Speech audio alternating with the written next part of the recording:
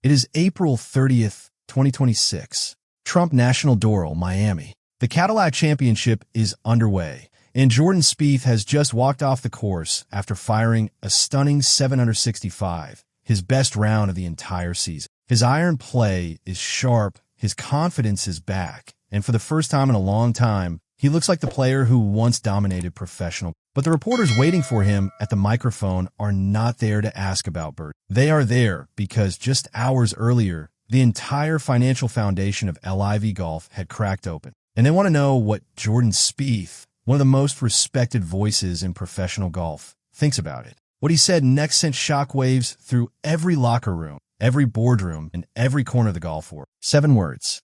Does it change for guys who sued? That is it.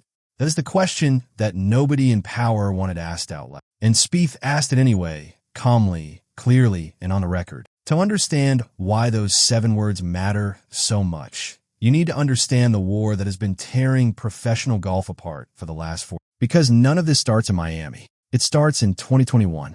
In 2021, Saudi Arabia's public investment, the PIF, made a decision. It wanted to own professional golf, not influence it, not invest in it, own it.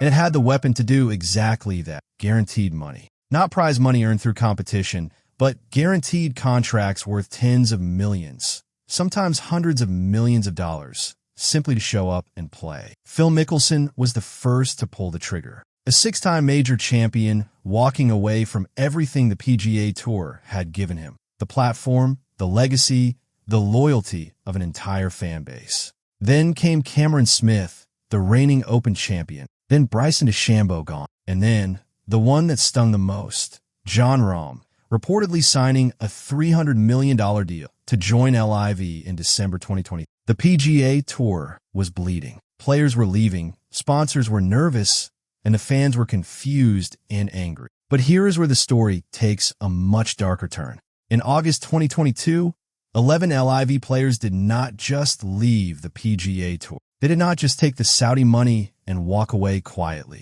They sued Bryson DeChambeau, Phil Mickelson, Tyler Gooch, Ian Poulter, 11 players in total, filed an antitrust lawsuit against the PGA Tour, claiming the tour was illegally preventing them from doing business with a competitor. They hired expensive lawyers. They spent millions. They attempted to legally dismantle the very institution that had made them rich, famous, and relevant. That lawsuit is the wound that has never healed. And everything Spieth said on April 30th goes directly back to. Fast forward to 2026. The game has changed completely. Saudi Arabia's public investment, the same wallet that funded everything, announced it will stop funding LIV Golf after the 2026 season. The blank check, the one that bought Rahm, bought Smith, bought DeChambeau, that check has been ripped up.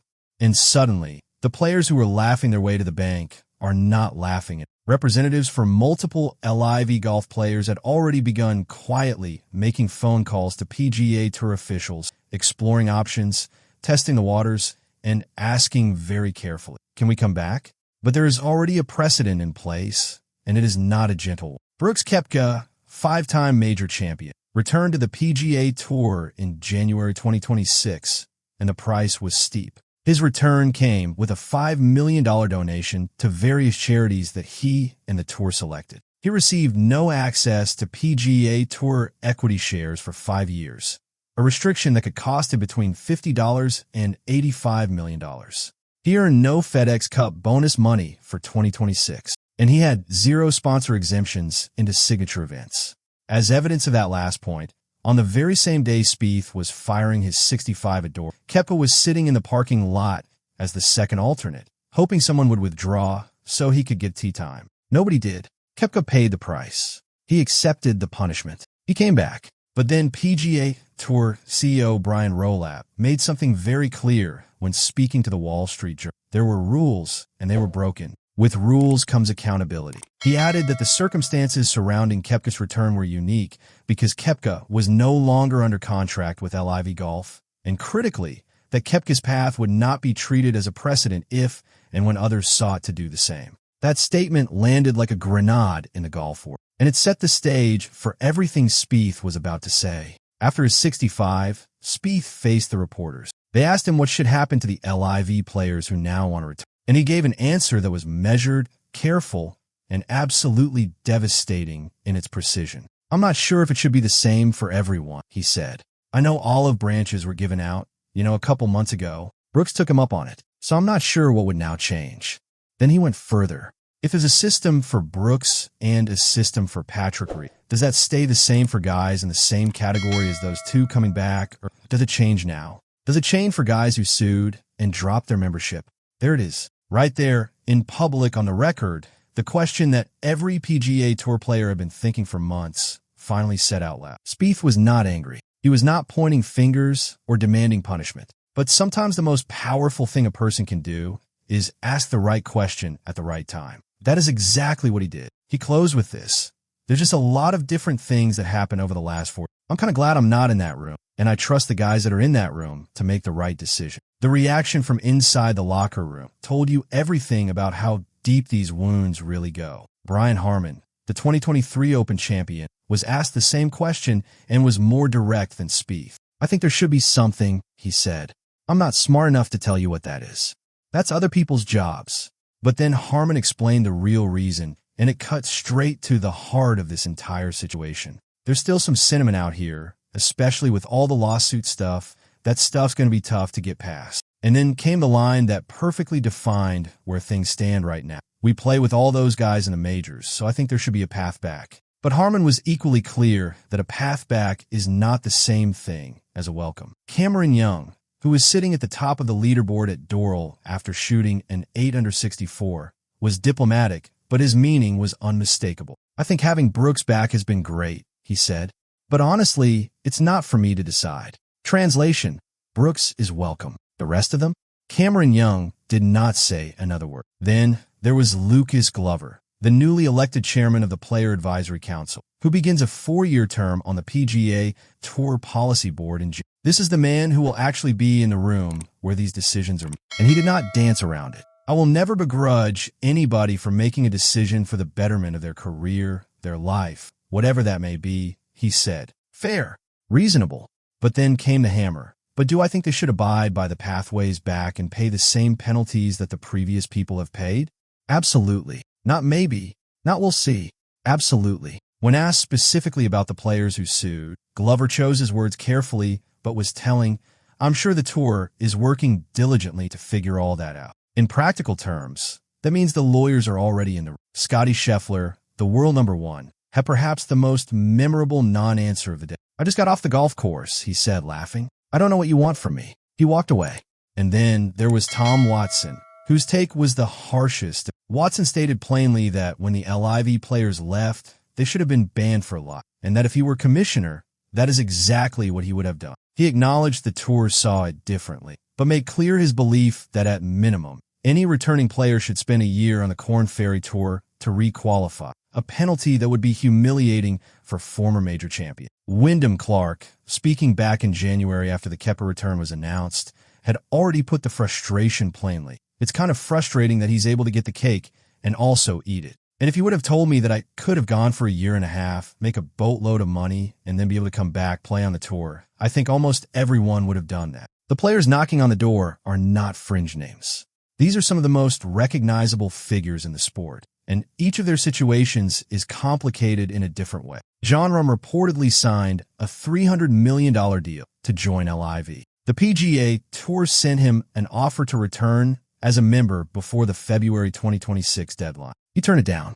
He also refused to pay his fines to the DP World Tour and declined to take a settlement. Right now, Rahm is not a member in good standing of the DP World Tour, which means he is not eligible for the European Ryder Cup team. He signed for $300 million, and he might miss the Ryder Cup.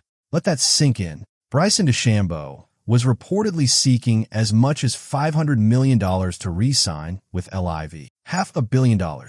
Now, with Saudi funding disappearing, he has publicly admitted that he is not entirely sure how welcome he will be back on the. His situation carries an additional layer of complexity. He was one of the players who filed the antitrust lawsuit in 2022, and on top of that, the PGA Tour's content rules prevent him from filming practice round videos with his team, something that matters significantly given that his YouTube channel commands millions of subscribers and generates real income. That is not a small obstacle. Cameron Smith, the 2022 Open champion, turned down the PGA Tour's offer before the February deadline. His LIV contract runs through 2027.